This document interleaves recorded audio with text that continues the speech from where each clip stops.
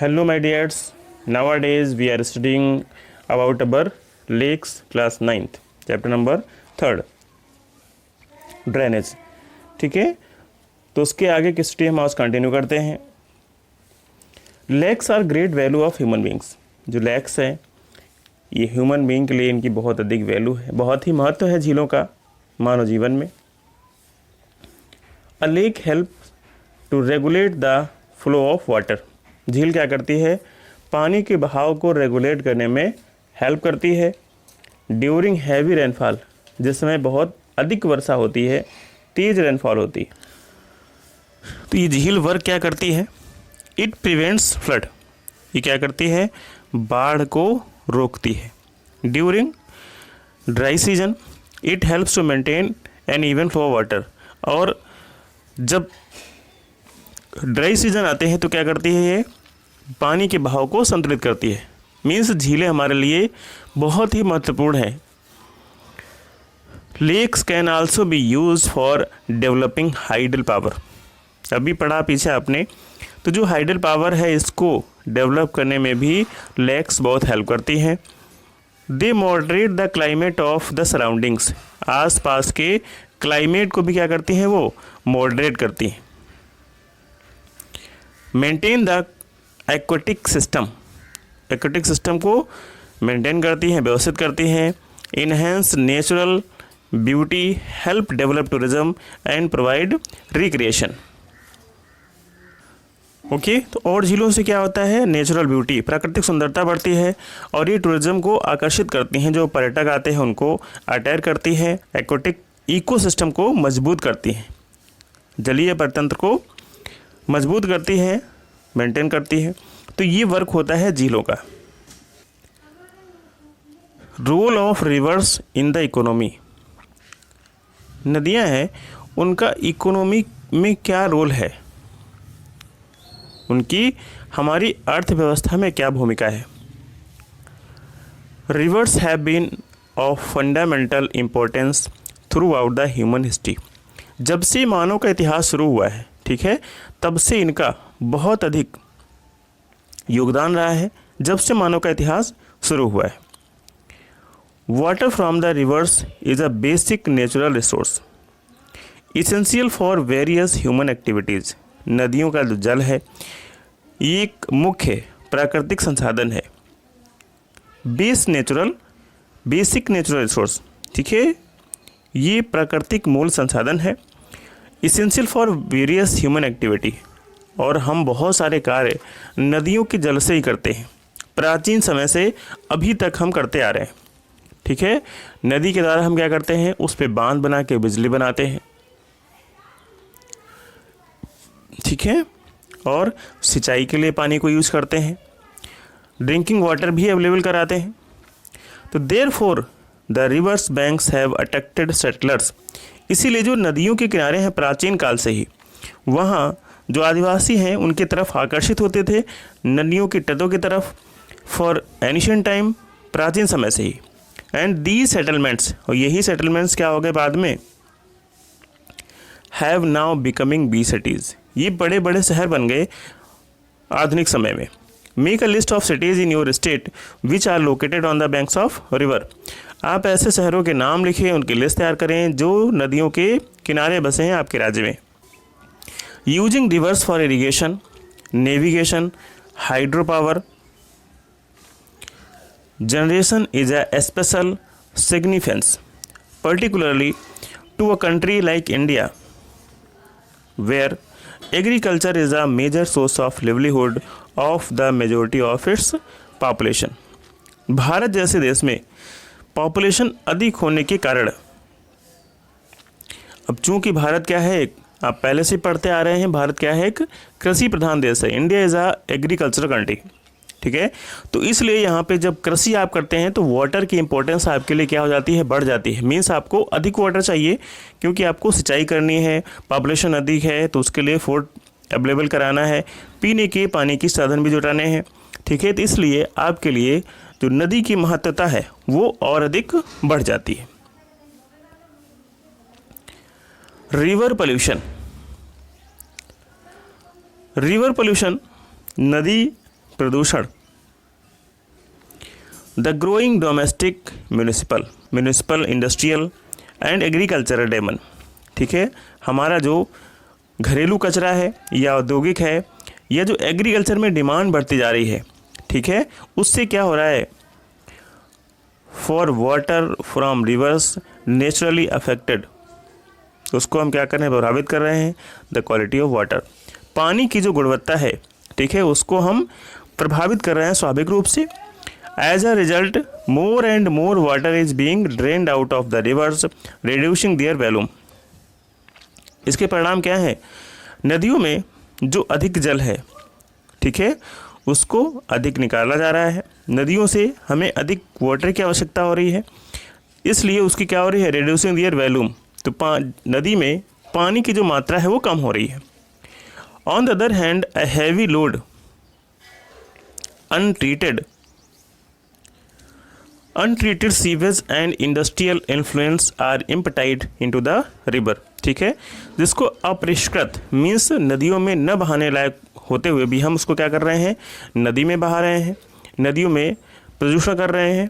This affects not only the quality of water but also the self cleaning capacity of the river. ये इससे क्या हो रहा है, ये केवल जल की जो गुणवत्ता होती है, क्वालिटी, उसको ही नहीं ख़त्म कर रहा है, बल्कि नदी खुद में अपने आप को स्वच्छ बना लेती है, तो उसकी कैपेसिटी को भी कम कर रहा है।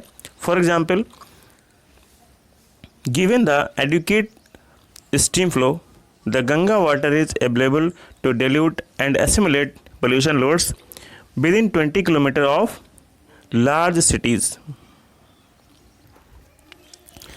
उदाहरण के तौर पे जो गंगा का स्ट्रीम फ्लो है, जल प्रवाह है, तो उसमें क्या होता है, the Ganga water is available to dilute assimilate pollution, वो क्या करता है, डिल्यूट करता है जो सम्मिलित पोल्यूशन है लगभग 20 किलोमीटर बड़े बड़े शहरों का, इसके भार को गंगा का जल ढोता है।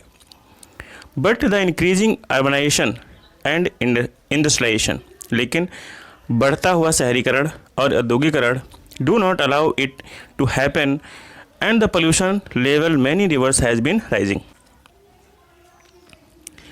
इसलिए क्या किया गया है, concern over rising pollution in our rivers led, तो ऐसा ध्यान में रखते हुए कि हमारी जो नदियां हैं उनका जो प्रदूषण है लगातार बढ़ रहा है, led to the launching of various action plans, इसीलिए उन्होंने बहुत सारे एक्शन प्लान्स लॉन्च किए हैं। द रिवर्स, नदियों के एक्शन प्लान्स लॉन्च किए हैं। Have you heard about such actions, क्या आपने ऐसे किसी प्लान के बारे में सुना है। How does our health get affected by polluted water, हमारा स्वास्थ्य गंदे पानी से कैसे प्रभावित होता है। Think about life of human being without fresh water, जरा आप कल्पना करिए कि अगर फ्रेश वाटर अवेलेबल ना हो तो हमारे जीवन का क्या होगा। Arrange a debate on this topic in the class, ठीक है, तो आप आपस में इसके बारे में डिस्कस करें। नॉर्मल तौर पर भी सोच सकते हैं कि अगर पीने के पानी की कमी हो जाए तो हमारे जीवन पे उसका क्या प्रभाव पड़ेगा, क्या असर पड़ेगा, ठीक है, तो बिना फ्रेश वाटर के life I think it will impossible. तो हमें क्या करना है, अपने स्तर पे ऐसी कोशिश करनी है कि वाटर पोल्यूशन ना हो। तो आइए इस चैप्टर के क्वेश्चन आंसर भी देख लेते हैं। एमसीक्यू टाइप क्वेश्चंस दिए हैं। Choose the right answer from the 4 alternative given below. First one is which one of the following describe the drainage pattern resembling the branches of tree. जो नीचे दिया है इनमें से कौन सा जिससे पेड़ की शाखाएं होती हैं, ठीक है, उसी के समान बहती हुई जो एक पद्धति है, पैटर्न है, उसको शो करता है, ठीक है, तो इसमें कौन सा है, ड्रेंडेटिक, ठीक है, जिसको दुमाकृतिक भी कहते हैं। नेक्स्ट है in which the following state in the is a Wular lake located. जो नीचे राज्य दिए हैं इनमें से कौन से राज्य में वुलर लेक स्थित है, कौन से राज्य में है, हमने आपको बताया था जम्मू और कश्मीर में वुलर लेक स्थित है। Next the river Narmada has its source at. Narmada नदी का उद्गम मीन्स ये कहाँ से निकलती है, सतपुरा से, अमरकंटक, ब्रह्मगिरी, तो हमने बताया था ये कहाँ से निकलती है, अमरकंटक से। Next is which one of the following lakes is a salt water lake. यह आपके राज्य राजस्थान में है, सभी को पता है, और इससे क्या बनाया जाता है, ये नमक बनाने में हेल्प करती है, सांबर लेक। और ये कैसी है, नेचुरल लेक है, मीन्स ह्यूमन मेड नहीं है। आपने पीछे पढ़ा ह्यूमन मेड है नेचुरल लेक, तो ये कैसी है, ये नेचुरल लेक है। Okay, which one of the following is are longest river of peninsular plateau. जो प्रायद्वीपीय पठार हैं उनकी सबसे लंबी नदी कौन सी है, Godavari. Which one amongst the following rivers flow through a rift valley. तो जो तापी बेसिन है वो रिफ्ट वैली के थ्रू बहता है। नेक्स्ट क्वेश्चन नंबर 2 है, answer the following question briefly. ठीक है, आपको ब्रीफ में कुछ आंसर्स दिए हैं, इनके क्वेश्चंस के आंसर वो लिखने हैं। First question is what is meant by a water divide line. Give example. तो I told you that water divide line क्या होती है, जो किसी एक धारा को 2 हिस्सों में बांट देती है, वो वाटर डिवाइड लाइन कहलाती है। ठीक है, नीचे दिया है एनी अपलैंड और mountain separate 2 adjoining drainage basin. ठीक है, जो 2 एडजॉइनिंग ड्रेनेज बेसिन होते हैं उनको सेपरेट करता है, is known as water divide. इसी को हम वाटर डिवाइड कहते हैं। जैसे the Indus, the Sutlej and the Brahmaputra river rises close to each other. ये नदियाँ जहाँ से निकलती हैं तो एक दूसरे के बहुत पास से निकलती हैं, near the Mansarovar, but because of the water divide they flow in different regions. लेकिन वाटर डिवाइड लाइन के कारण ये अलग अलग रीजन्स में बहती है, क्षेत्रों में बहती है। Next question, which is the largest river basin India. तो सबको पता है Ganga basin is the largest river basin in India. Next is where do river Indus and Ganga have their origin. Ganga और ओरिजिन, ये नदियाँ कहाँ से निकलती हैं, गंगा गंगोत्री से निकलती है, और इंडस कहाँ से निकलती है, इंडस निकलती है मानसरोवर से। Okay, the Indus river has its origin Tibet near the Mansarovar lake, while the Ganga river has its origin Gangotri glacier in Uttaranchal. ठीक है, तो गंगा नदी गंगोत्री ग्लेशियर से निकलती है और इंडस मानसरोवर लेक से निकलती है। Next question is name the 2 head stream of Ganga. Ganga की 2 मुख्य धाराओं के नाम लिखिए। And where do they meet from Ganga, और वो कहाँ से गंगा में मिल जाती हैं और गंगा नदी का निर्माण करती हैं। तो ऐसी 2 मुख्य धाराओं के नाम लिखिए। कौन कौन सी हैं, Alaknanda and Bhagirathi are the 2 main head streams. ये मुख्य धाराएं हैं गंगा की। दे मीट एट देवप्रयाग, और ये कहाँ मिलती हैं, देवप्रयाग में मिलती है गंगा में, और यहीं से गंगा नदी का विस्तार या निर्माण करती हैं। Next question is why does the Brahmaputra in its Tibetan part have less silt despite a longer course. इतनी लंबी होने के बावजूद जो ब्रह्मपुत्र नदी है ये तिब्बत पार्ट में इसमें कम सिल्ट क्यों पाई जाती है।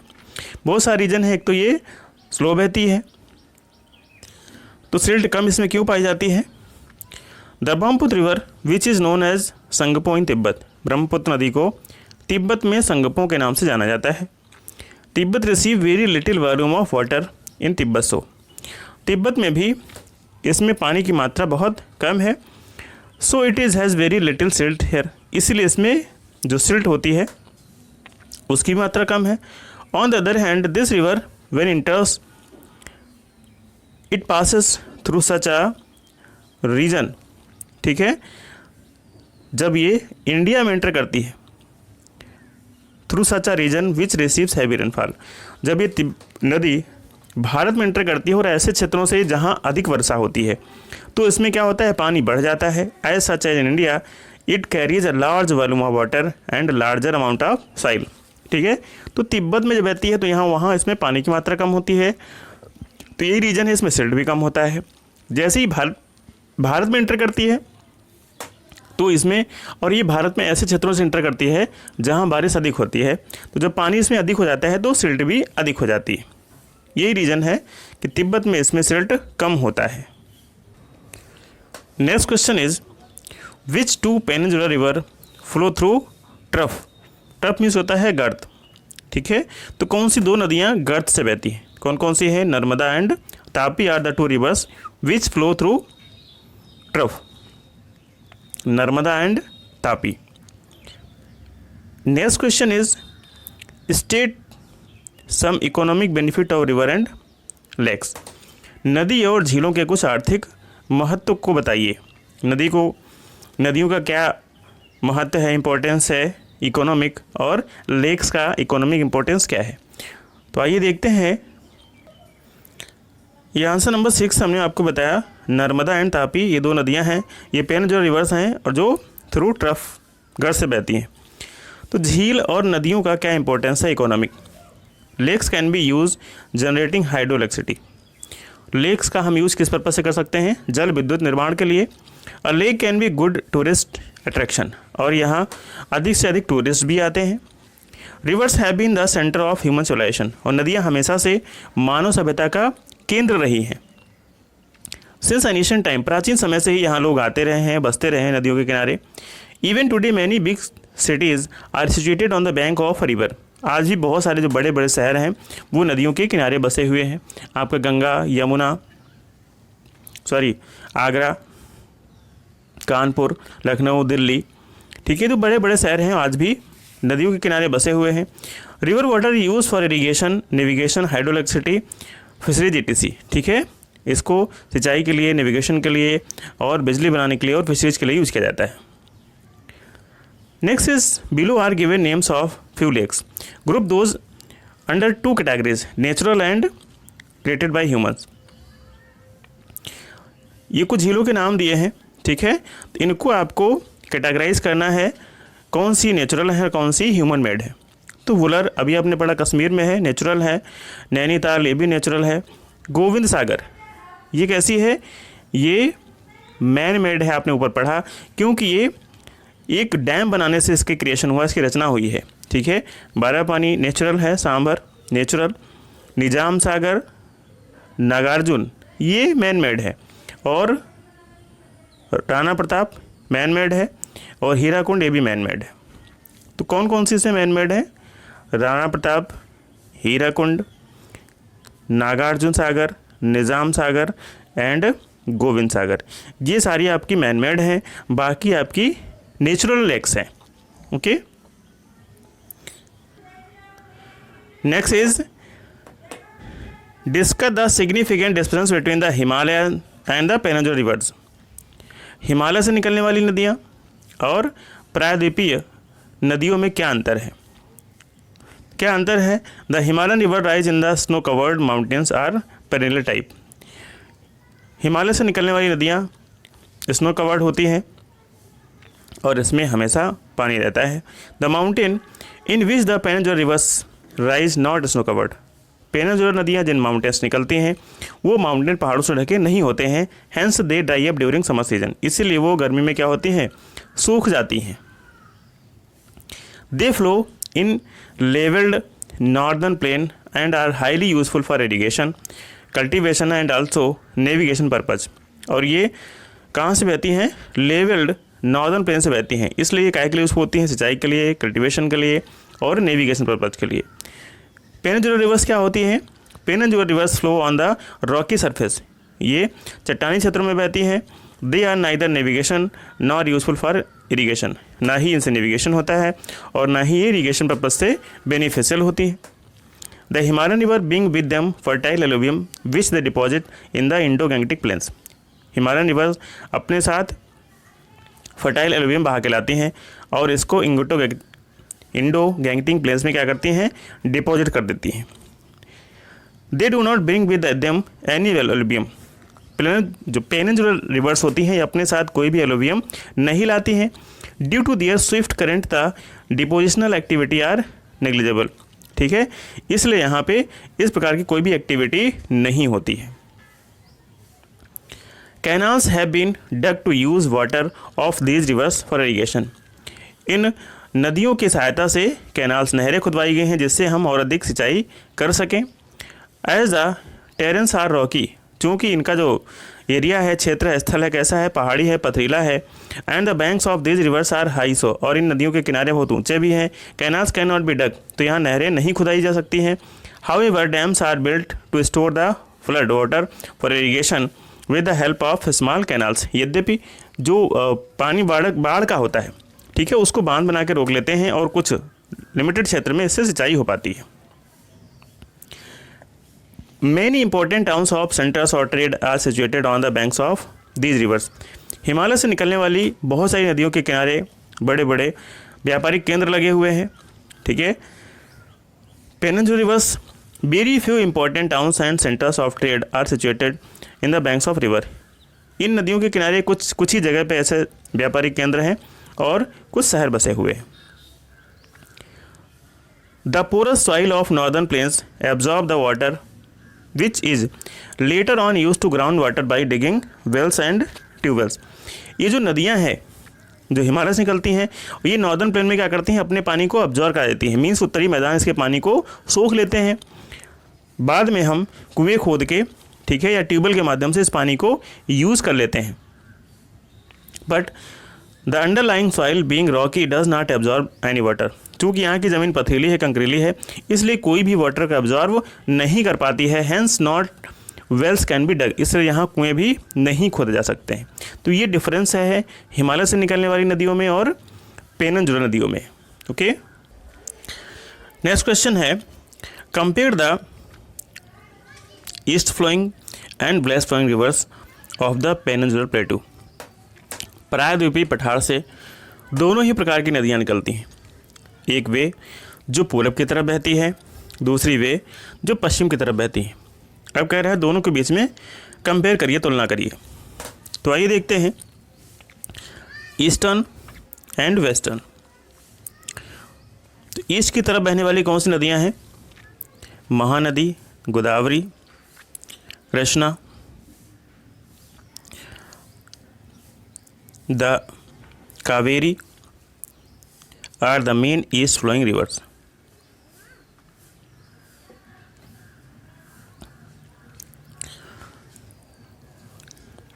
तो आइए देखते हैं east following river and west following river.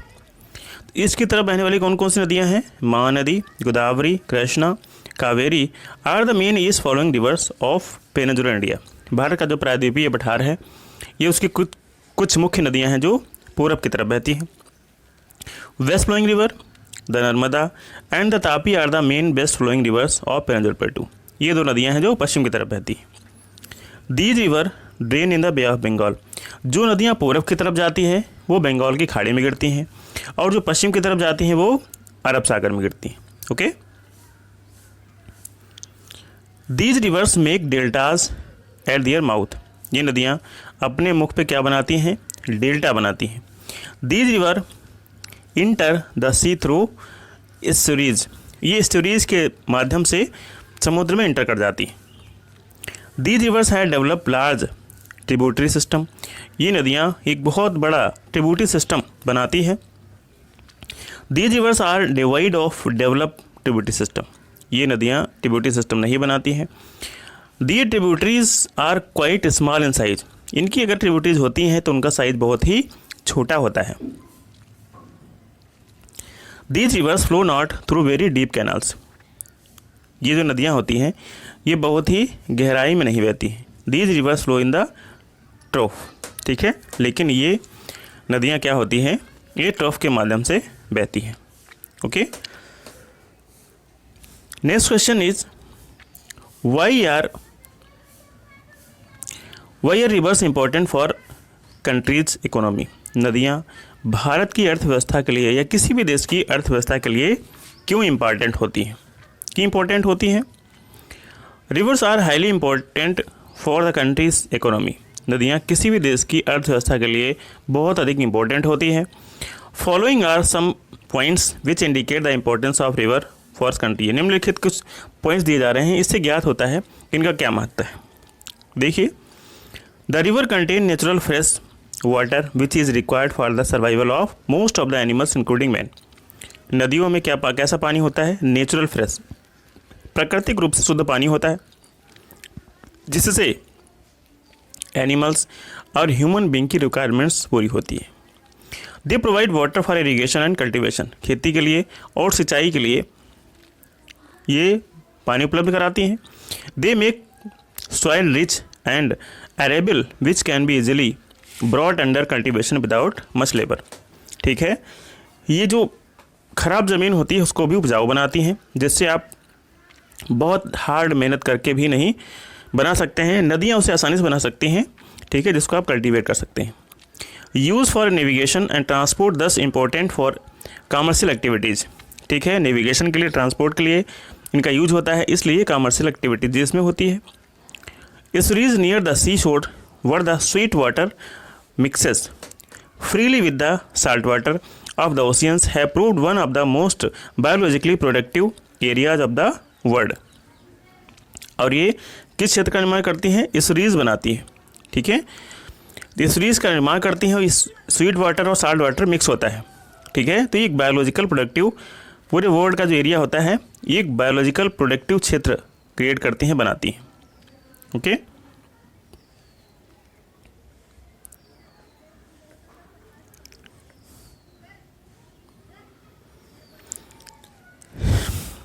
The rivers are being harness for generating hydroelectricity. ठीक है, इनसे हम जल विद्युत भी बनाते हैं। Some lake are also important tourist spot, for example Dal lake and Nainital. और कुछ झीलें हैं वो टूरिस्ट के पर्पज से भी इम्पोर्टेंट हैं। सो it is all about your exercise. आप इसको फेयर नोट कर लें और ये क्वेश्चंस आपको लर्न भी करें, लर्न करते रहें, इनको समझते रहें। If you have any problem so please comment in comment box. I hope you will enjoy your study and कुछ नहीं।